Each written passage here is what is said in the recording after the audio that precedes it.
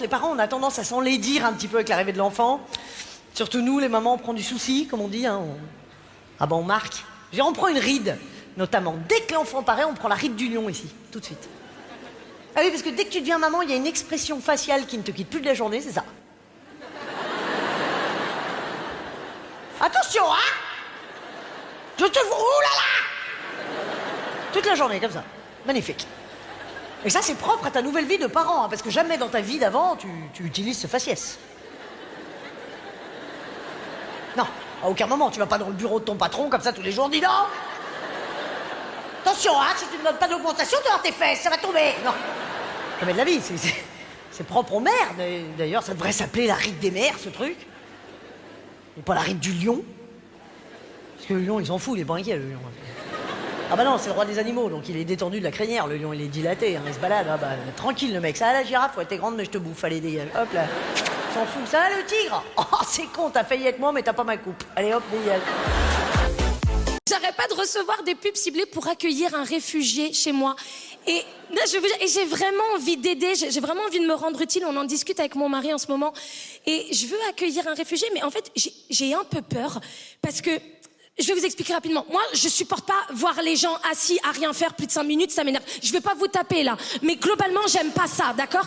Moi, je vois quand mon mari, il est assis à la maison à rien faire, il m'énerve, je fais vas-y, lève-toi, il y a plein de trucs à faire dans la maison, vas-y, bouge. Si un autre homme assis à la maison, hein, réfugié ou pas, j'en ai rien à foutre. Je vais lui faire vas-y, lève-toi. T'as fait 2000 kilomètres à la nage, tu peux pas faire 2 mètres de plus pour aller mettre la table, non? Tu peux pas? J'ai peur, j'ai peur de moi. Imagine, il va voir mon mari, il lui fait... Hey. Psst. Je connais un passeur. Il y a un sport qui me laisse un peu sceptique en ce moment, qui est très à la mode, c'est le crossfit. Est-ce que vous voyez ce que c'est le crossfit, Montreux? Vous voyez ce que c'est le crossfit? Alors pour les gens qui ne voient pas, le crossfit, c'est une espèce d'aérobic de l'extrême qui est à la mode depuis quelques années, où les gens se préparent à la guerre.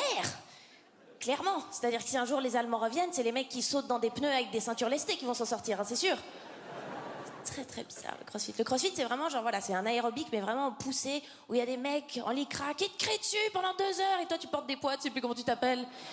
Les salles où ils font du crossfit, tu reconnais assez vite parce que c'est les seules salles où il y a des connards mi-janvier qui courent à l'extérieur en short avec des poids à la main. On dirait qu'ils essaient de braquer un fitness, c'est pathétique. Et on prend les 8 kilos d'abord. Ça n'a pas du tout le crossfit.